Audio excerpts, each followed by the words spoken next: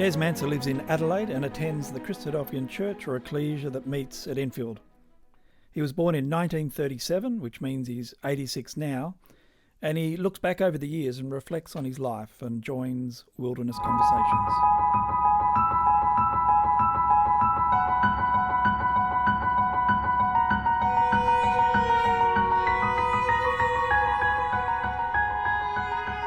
Des, thanks very much for joining Wilderness Conversations. Thank you. Tell us a little bit about your upbringing, and were your parents Christadelphians? Oh, no, by no means. I was born in Mount Gambier. For those who don't know, it's in the southeast of South Australia, only a few kilometres from the Victorian border. Country boy. Yes, and if Vince hadn't have intervened, which looking back must have been under the control of higher power, I should be a very rich grazier, growing cattle or sheep and winning ribbons in shows like my uncle did. But events didn't turn out that way. And my dad was on the farm with 7 children and four uncles I had and 3 aunties. Yes, and he ran away from home. So the whole family was in Mount Gambier, basically, all of your... Yes, about 10 k's out of the town on land. They were farmers. What year were we talking? What year were you born? 1937. Right. And Dad actually ran away to sea. And he was on the sea. He came around to Port Victoria and signed on one of the big 4-masted sailing ships, which used to carry the grain back to England. They used to race each other around Cape Horn. And then he finished up on oil tankers going down to Venezuela and things like that. But where this comes into my story is he never drank heavily, he never wasted his money on playing cards all the time. There were usually libraries on the ship, and he read, and he read a lot of history books. His heroes were Napoleon and Alexander the Great and so forth. And then he came back, married a girl down the road. As often happens, Mum was on an adjacent farm about 5 kilometres away. And then tragedy, which turned out to be the way he came around to the truth, struck. He contracted tuberculosis, and he was it travelled to his spine, not only the lung, and he was sifted up to the TB hospital in Adelaide. Now, what happened there was Mum was having a second child, Brian, who's also in the truth, of course, and she would come up every month to visit Dad until after Brian was born. In the meantime, Christadelphians had been visiting Sister Betty Flint. You might know Rob Flint. His mother was also in a Morris Hospital with TB. And the brothers and sisters who came out noticed that Dad had very few visitors. So they popped their head in the door and introduced themselves and sat and chatted. And of course, Dad had a fascinating story to tell. And to cut a long story short, they started giving leaflets. And this went on for several months, and Dad would hand them back and say, is there any more? I'm sort of interested. So Brother George Fowler's a well-known name in Adelaide, founding member of Enfield ecclesia, came in with Help Us Israel one day, and his very words were, I'll never forget it because Dad told us, he said, Jack, get your nose in this book. You won't give this one back in a week.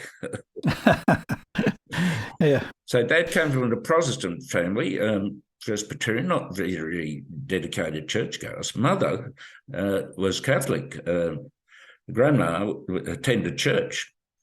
And I've got vague memories of standing there while this huge man with robes passed by with a sensor thing, and it blew all over my face. I was about 3 years old, but I still remember it.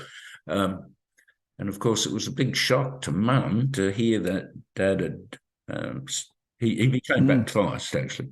And because of his spine, he was baptised on a board They strapped him to a board, and he had to sign indemnity to the hospital. They couldn't believe it. They said, "No way can you beat this man." But Dad insisted, and he was baptized. So he was actually still in hospital when he was baptized? Still in hospital. But, some of the great names in Adelaide, the Walker family, Fowles's, brother Graham Kennedy, well-known brother in the Adelaide ecclesia, his mother was there. Unfortunately, she passed away with TB. But so that hospital became a sort of channel for Christadelphians visiting. But I suppose the great lesson we learn about the life in Christ is that Mum, being a Catholic, was full of fears and doubts. And Brian was born and she shifted up to Adelaide. Dad was in hospital, no house. And George and Pat Fowles, George, who gave him Helpers Israel, said, "Kath, come up here, stay with us. We won't charge you any rent." The bus up to the hospital was almost across the road, and doesn't mean anything to people perhaps in other states, but Brussels Street, Broadview became a household name. And Mum did go up and visit. But in that house, every second Tuesday was an Helpers Israel class, which was called the famous Brussels Street Broadview class. And in those early days, Stephen, there were Helpers Israel classes scattered around Adelaide. One at Woodville, of course, H.P. Mansfield, one at Kingswood out Unley Way, the Hollenby family, and the Fowles' home in Brussels Street. The thing was, here is Mum introduced from the farm into this strange environment, and she had to sit every second Tuesday night and listen to H.P. Mansfield expound prophecy of Daniel or something, and this very book, which had sort of made Mum sort of say, "What on earth is Jack," as Dad's name, reading that he's joined this people? I think all this was meant to happen, and it's the ways of providence. The very book that Mum thought, "What on earth is Dad doing?" was the one that helped her conversion. How old were you during this time? I would have been about three, 4. Yes. So this is the early, 1940? So the Second World War's on right now. The Second World War was on, yes. Yeah. When Dad came out of hospital, I remember we boarded at an old widow lady, and Dad and Mum eventually, when they had enough money, they bought the house opposite that house. But I remember that house had a big map of the war zone on her wall. She put little flags on it as to how the war was going. So that's how the family came into the truth. Yeah. Of course, we started Sunday school at Adelaide Ecclesia. Another wonderful sort of the way outcomes was brother and sister Jolly. He had a carrying business, trucks, and John Martin worked for him for one stage, but they were in the next street. Brother Phil Wilson would take Brian and I, we were two little toddlers, into Sunday school. That would be into the Adelaide meeting? The Adelaide meeting, yes. What are some of your memories of the Second World War? Did that affect your life? Do you remember not affecting really. your life? We hardly knew what was happening. We knew there were some soldiers in the street, a couple of people up the street. I mean, that stage, conscience objection didn't affect our family because Dad was he would never have made it on the medical. Yep. He got a job. He became a tram conductor on the tram. So this is after he recovered from tuberculosis. The amazing thing about it, he never had any ongoing consequences of his tuberculosis. There was spine. Dad would climb up ladders on the roof. He was being on the farm, he could do just about anything. In fact, a neighbour over the road, he left the tramways all sorts of odd hours and went with this builder across the road as a builder hand. And he then much later on, we're all Brian and I were married, but the last part of Dad's life, I suppose, 10 years, he worked for Brother Maynard O'Connor in his machinery shop. Mm.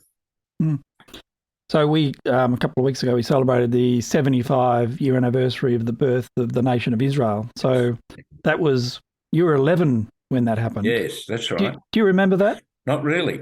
Not like the Six-Day War, but I did remember that there was a special meeting in Adelaide ecclesia. Some of the identities there are Brother Gordon Walker was, of course, the recorder for many, many years. Brother Alan Dangerfield and Brother H.P. Mansfield were the usual special lecturers, like town hall efforts and big time advertised lectures, various suburban town halls. It was either Adelaide Town Hall, actually. And they were the two speakers. See, in those days, you get 40 or 50 interested friends. Yes, that was the most notable thing. Of course, being such an important milestone in Bible prophecy, I mean, the Lord could not return until Israel and the land, according to the prophets. His advent would follow the restoration of the Jews to their homeland. I should mention young people, it's a class. As I grew to the age where, I forget what it was, 16 or something, Brother Max Lund was the secretary, wonderful brother. He unfortunately died too early, really, with bowel cancer. In those days, we reached 100 young people one night, and I was privileged to announce it. So Adelaide Youth Group was it was the sort of seeds of what has become a very big youth group in Adelaide. Was Adelaide was the main ecclesia? Yes. In the city of Adelaide at the time? Yes, and Woodville was the first. They were giving, H.P. Mansfield was giving lectures some time before they decided to go. Some people give very spurious reasons why the suburban meetings sprang up. The answer is very simple. The young people were getting married and they moved out in proportion to the mortgages and also transport. So they spread. The next one, I think, was Cumberland, Brighton, Enfield, I think about the third. Out my way, I live northeast. It was the northeastern suburbs. It was people like John Martin and people like that in their young. They were newly married and going where they could afford to go. You were baptised at the Adelaide ecclesia then? Yes, I was baptised, not on a board. I was baptised the same night as Sister Ruth Eakins, you might know Ruth, Brother Max Kennett, the three of us. And it was the year of the Olympics, actually. 1956. 56, yeah. What other things did you do as young people, as young baptised people? Yeah, CYC, you had young people's activities, that sort of thing? Once a month. And Sunday school, of course. And they had youth activities of a Saturday afternoon, tennis in the parklands. They booked the Halifax Street property extended a bit. They could have a basketball court, not full size, in the back. So we went in there on Saturday. Unfortunately, I've got to plead guilty here. I was playing for the local cricket club at that time, and of course, I was facing my Waterloo as my activities and conviction about the truth, and having been baptised in 1956. And I eventually gave up cricket because it impeded on my life in the truth. Was that a big thing to do for you at the time? Oh yes, it was. Dad was wonderful.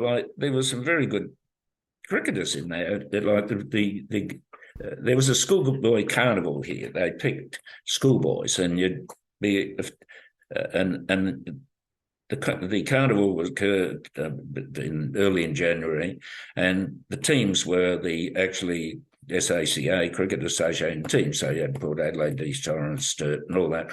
And the next step was, of course, into Sheffield Shield cricket or Test cricket. Now, don't think I'm ever saying I would have ever got that far, but I was playing A grade, and as was Roger and Bruce Gore and Kenny Monterola from Ken is now very frail. I remember him being a very fast bowler. You remember him? Well, believe it or not, and some listeners might hear this, he at 16 years old clean bowled Don Bradman. And he's got the paper clipping to prove it and the picture. And it's funny when you raise that, because about a month ago, a group of brethren in the northeast suburbs, we meet for coffee once a month and we chat. And Ken, as I said, he's now hobbling along, and he's 80. And he said, I found my old picture. For those of you who doubt it, it was passed around the table, and I took it and showed my young nephews who, well, Remy was best cricketer at Heritage College. He's now in his final year. I said, Rem, do you know who this is? He looked at it and he said, well, it's a cricketer. You notice where his spindle stump is? Yeah. He said, yes. I said, that was Bradman, now Sir Donald Bradman.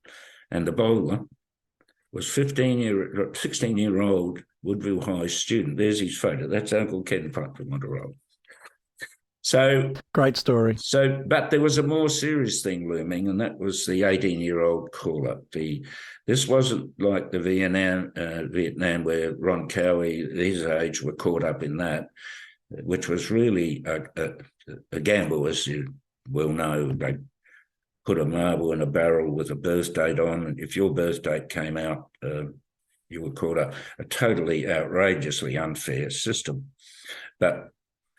And what prompted this conscription? Well, the first, the one that I was faced with was compulsory 18-year-old, 3 months national service. And that was just because we'd just gone through the Second World War. There was no war. No, that's exactly right. It wasn't a Vietnam crisis or anything like that. Sir Robert Menzies just felt that young men should serve. And I suppose if I wasn't what I was and involved with the truth, that it was probably a good thing. But the ordeal, we tend to crack hardy over these things, say, Uncle Des, Uncle John Knowles went the same day as I did, but all of that group, we had to face it, and it's quite an ordeal. But can I tell a funny story? Please. Well, you came to the courthouse and you're up for the day's proceedings of the cases, and there was one magistrate that you hope you didn't get, and fortunately I got a good one. But the lawyers, one was Colin Cahoon. He was brother Lindsay Cahoon, who was the superintendent of the Sunday school, was his brother. Right. And shock, horror, I drew him. Now he knew all the Christadelphian answers. He knew how we were going to treat this, put up your sword, Peter, and all this sort of thing. He would have an answer and challenge you on it. And it was pretty nerve-wracking, and it went on for quite a while. And they tend to try and get you to contradict yourself. And I must have said something about it's compulsory to get to meetings. And I'm a Christadelphian. I have to go and break bread as Christ commanded us. And he said, well, if Mr. Manser has to get down from Woodside Camp to attend his church, of course he knew the church. He was brought up in the Sunday school, but his brother came into the truth, and he did. Anyway, through this happening, and Gordon Walker, Brother Gordon Walker, was shot to his feet. Brother Gordon Walker was, well, has been a wonderful Christadelphian, was well known because he was the CEO of Balfour's Bakery, the pies. Famous South Australian business. Exactly, yeah. And a lot of legal people would walk down King William Street at lunchtime and have lunch in the Balfour cafeteria in those days. And he shot his feet. He said, Your Honour, this line of questioning, he says, is a waste of valuable time, because if Mr. Manser needed to be transported down to, he would have no need to be transported down to his meeting because he'd be no longer a Christadelphian. Well, the magistrate looked up and he said, and he addressed Colin Colquhoun, and he said, Mr. Colquhoun, he said, the purpose of this court is to determine whether these young men have a conscience towards military service. It is not to have them excommunicated from their church. What a rebuff. Oh, my goodness. And when it was over, his line of questioning me was, you've been told what to say, haven't you? You've gone through a training course. You've gone out to somebody's place and they've told you what to say. Or your parents have told you what to say and all the rest of it.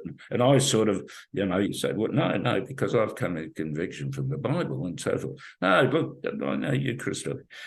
Anyway, after it was over, I got through and we came out on the footpath, bearing in mind that Brother Gordon Walker and Brother Pearce knew Colin Colquhoun well. We came up in the Sunday school, a young man, and then he took on his career in the law. And HP said to him, Colin, you're a disgrace. So he's talking to the lawyer, He said, you're a disgrace.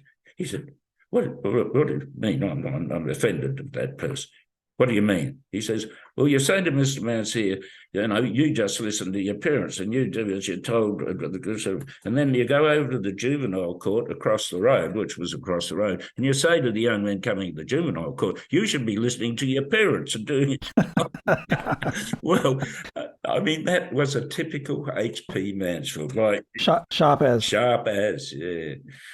That 18-year-old was quite a milestone for us, but it toughened us up, and we had to really search out whether the truth was real, and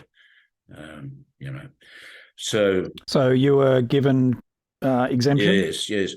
I mean, you're in Sydney, and the Sydney boys, they got a fairly rough. Was it Holsworthy camp? Holsworthy, yeah, that's right. Sorry, Holsworthy. Yeah, I remember, like my age, Donny Warner and all those fellows. They were down there. Yeah, John Mansfield, David Polson. Yes. Well, we didn't have that team. I mean, so did you have to go off and do a certain sort of work, or could you just go about your own? No. We in Adelaide had a reasonably good. That was it. We had exemption. Right. Yeah. Go off and pursue your career. Yeah, yes. But I think the biggest impact for me and the group of brethren who are still here today, sadly, 2 or 3 of them are resting in the Lord now, and like Brother Jim Luke and people like that. Jeff Berry's funeral on Friday. They're my contemporaries, and it's very sobering. But Brother Lindsay Colquhoun was a very good superintendent, and he saw that the young men needed, a vibrant, exciting teacher. And John Martin had only been in the truth, I think, maybe three years, and he asked him to take the senior class. and John. So he would have only been, 4 or 5 years older? Yes, 5 years old, I think. John died at 90, and we're all 84, 85, but John, of course, was he protested. He said, he was teaching a girls' class. He said, some of the girls in the class I'm teaching know more about the Bible than I do, which wasn't quite true. He's been too modest. Well, his first study was the life of David. Well, how can you be less than exciting? You still remember it? Oh, yes. Yes, that's right. Oh, yes. Everyone was there. Yeah, I said it. I don't know whether you ever did you watch or hear John's funeral at all. I did. Yeah. Well, he asked James Mansell, and I left that in his will, which one of the things I sort of pointed out was that he just give you a picture of it. You would live the man, David. You were right in there. And so we benefited greatly by his ministrations.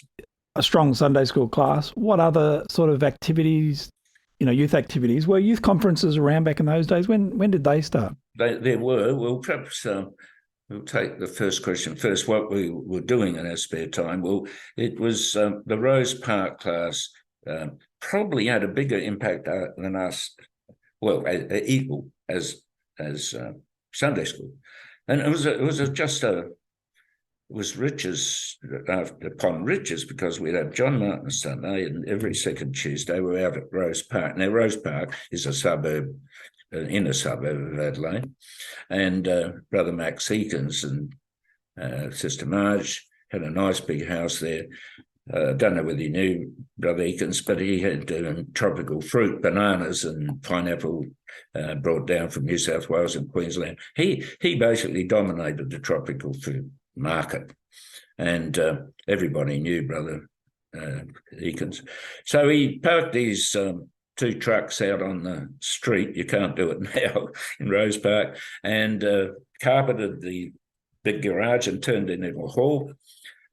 Asked Brother Peirce whether he'd lead that class, and it changed many people's lives.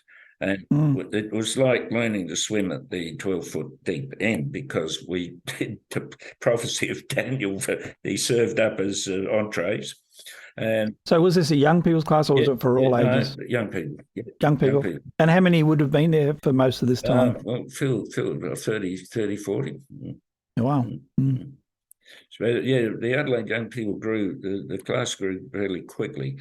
And so that was wonderful. So by the age of, say, 20, 21, we'd done Daniel, following, obviously, with Book of Revelation. Without Daniel, you can't interpret it. And then we did the life of Abraham. When we were all married, and that, I suppose, it went for about 10 years, I think. But, yeah, because I remember going after I married, and most of us did.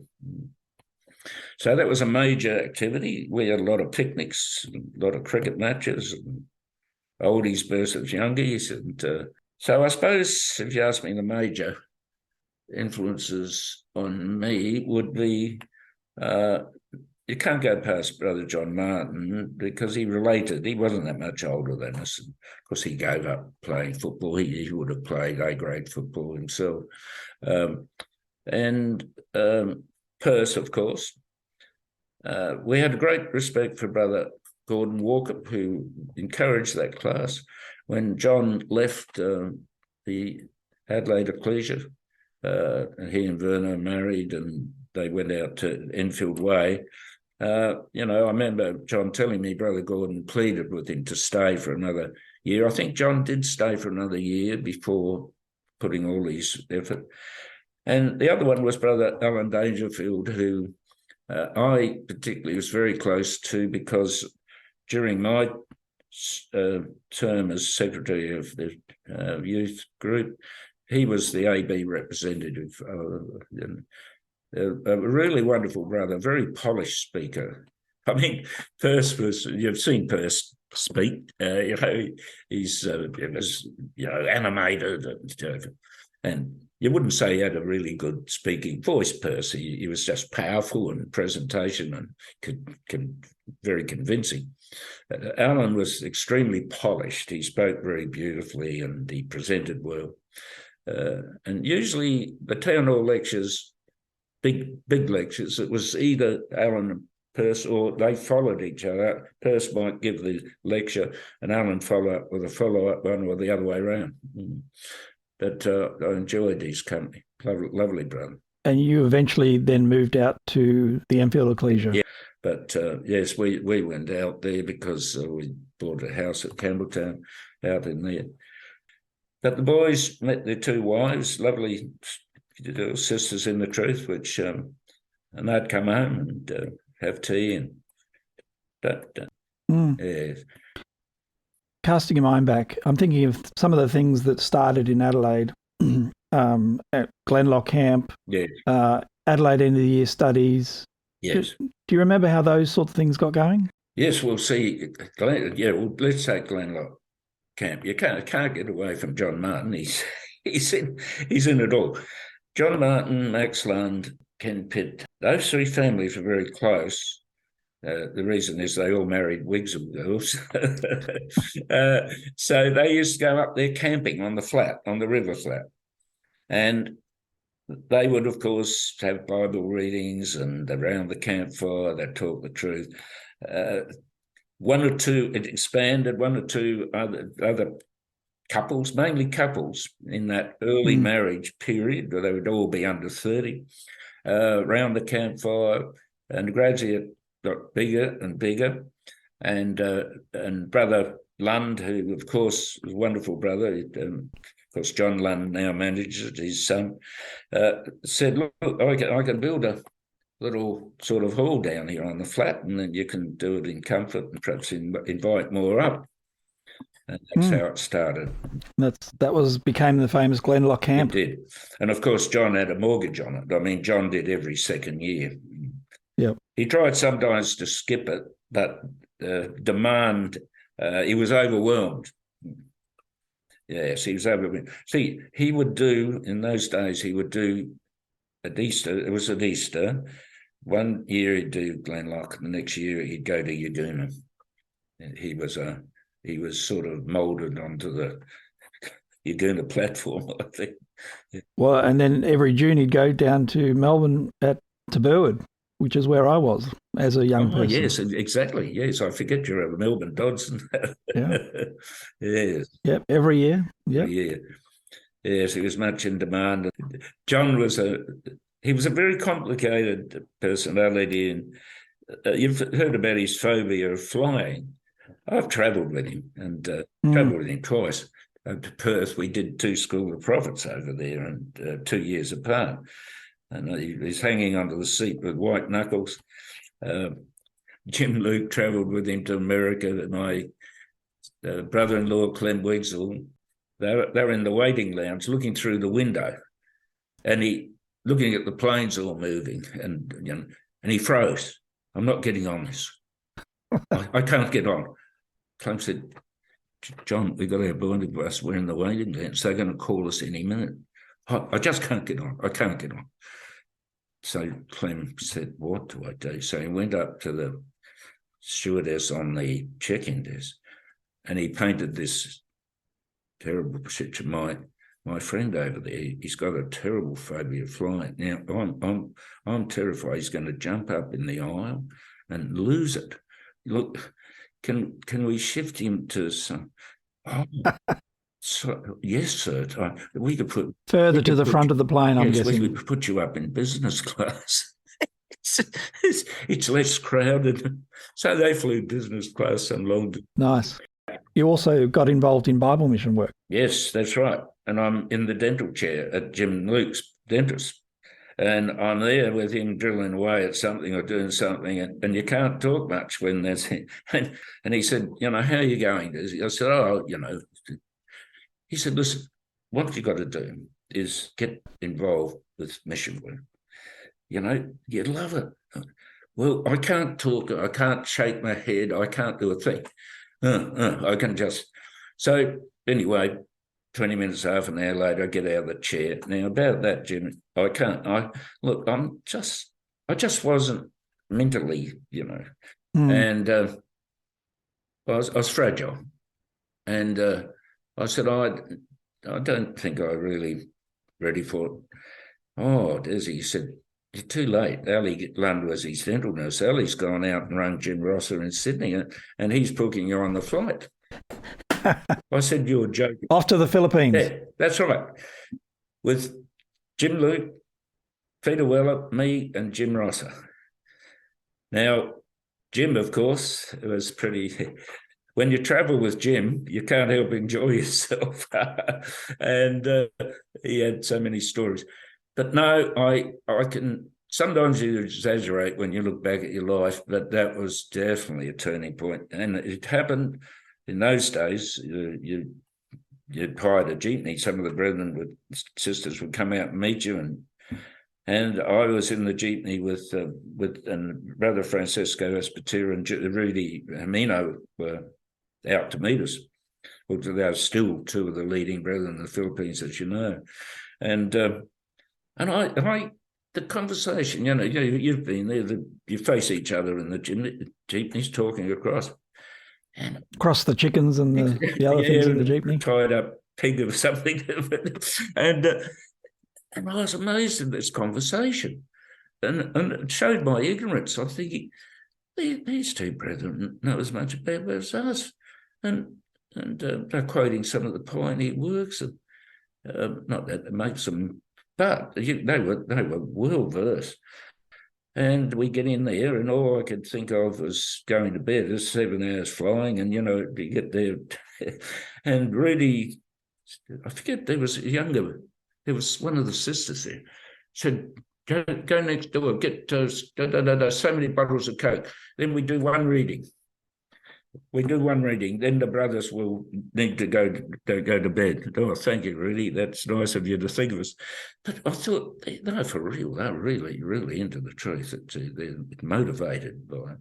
Well, you probably had an experience. Once you've been there, that's it.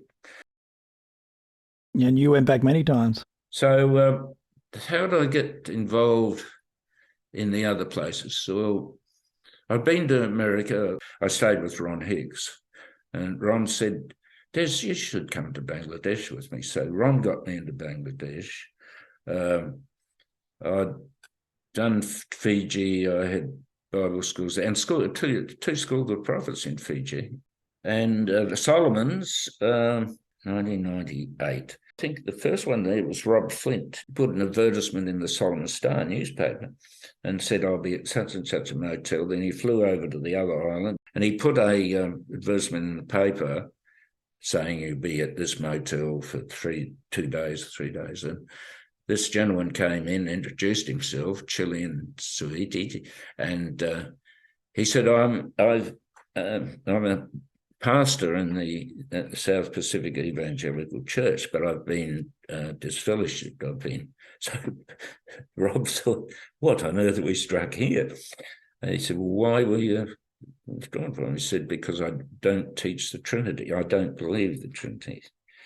Right. So immediately Rob cancelled his flight home, and the next day and the day after, the Chilean is still there as the father figure. On his property, we've got 2 big dormitories, and we can run Bible schools there, and in reasonable comfort, showers, toilets. So the Solomon Islands, I was up there only 2 months ago, or less than 2 months ago. It's lovely to see a lot of young people now. It's growing. There's a South Pacific Youth Conference in July where the young people of Fiji, Vanuatu, Solomons, and Australia could go. So it's been wonderful. It's all about leadership, Steve. It's all about leadership.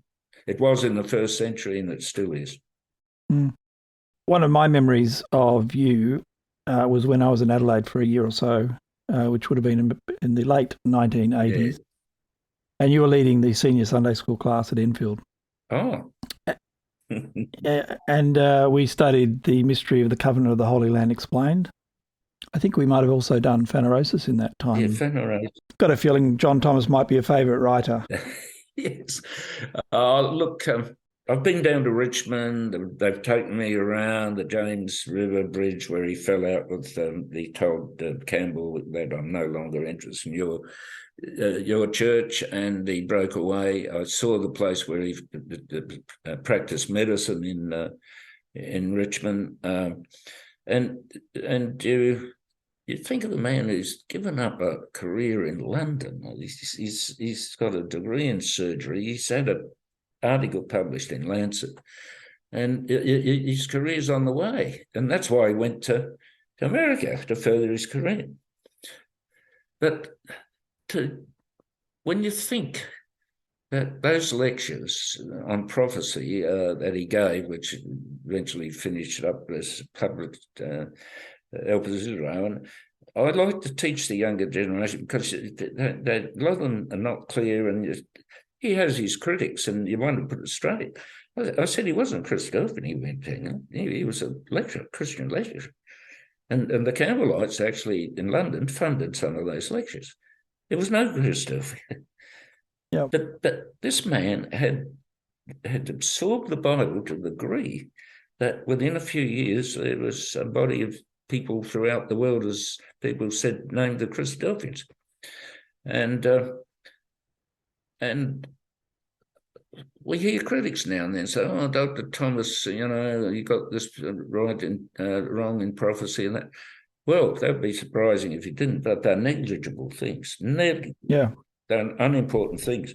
The return of Israel, the rise of Russia, and the most astonishing one, I talked about it at Salem last Thursday, on England like Tarshish. And I've been to Cornwall and seen the Phoenician ingot there, which proves that the Phoenicians were there, that it was Tarshish that they got the silver, lead, and zinc for, to confirm what Ezekiel said and so on. And I thought to myself, we don't believe in inspiration in our age. That's nothing like that. He was a magnificent student.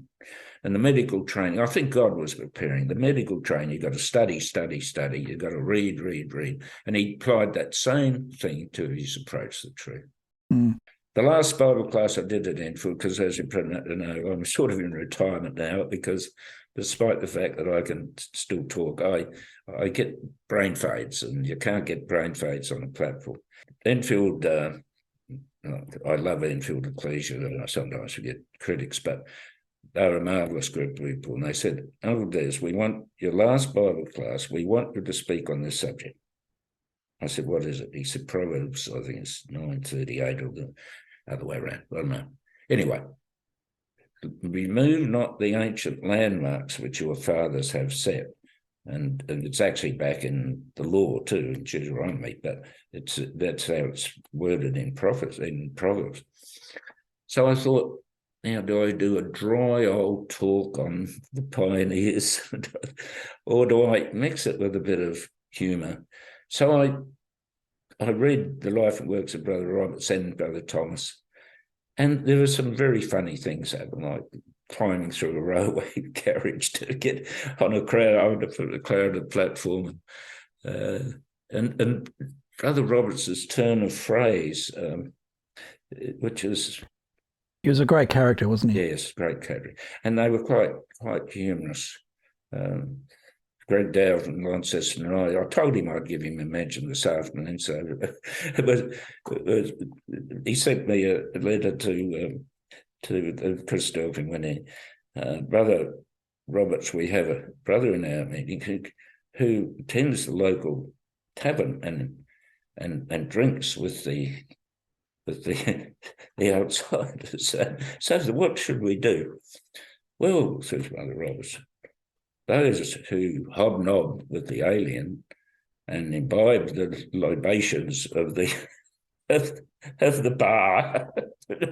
Anyway, he goes on like that. But this quaint Victorian, but you can see Robert Roberts sitting there with a bit of a twinkle in his eye, and so you see this brother quaffing a few pints and then turning up at the meeting, and this it's a serious thing, but he turns it into a bit of a comedy. I like that thing about the pioneers. They were, they were men like us, but had a superb knowledge of the Bible. And I suppose the message is, Stephen, and you'd agree with this, there's no alternative.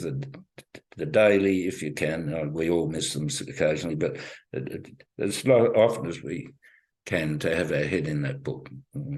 That's the answer to everything. Yeah. You've had a long life in the truth. You've seen a lot of things. If you had a last message for the younger generation, the generation coming through now, what would it be? Find something to do. Find something to do. I admire the people that are there on a cold winter's night and the rain's coming down. They're in charge of closing the hall down and closing the gates, and or the sisters out in the supper room. There's always something to do in the truth. I must say that I don't know what's happening in your part of the world, but it's not one of our strengths. Attendances at Bible class and that are falling throughout the world. Mm. I don't want to make myself clear. I'm not criticising our generation, but I think there's a wake-up call there. And we are obviously living in the last days. Yeah. So much happening. Yeah. There's a need to be watching and waiting, isn't there? Well, it is. And you see that fellow up in Moscow, he wants to build that ancient Russian Empire again. So who would have thought Ukraine would suddenly come into the limelight? Because I think the Bible would seem to indicate that eventually that will fall into Russia's hands, despite present. You never take too much notice of present appearances. You've got to look at the prophecy about the end. Mm. And I think your advice around keeping our heads in the Bible, for want of a better term, is a key for us, because I think if we're not doing that, we'll end up slipping away. We will stop thinking the right things. We'll stop understanding the true doctrine.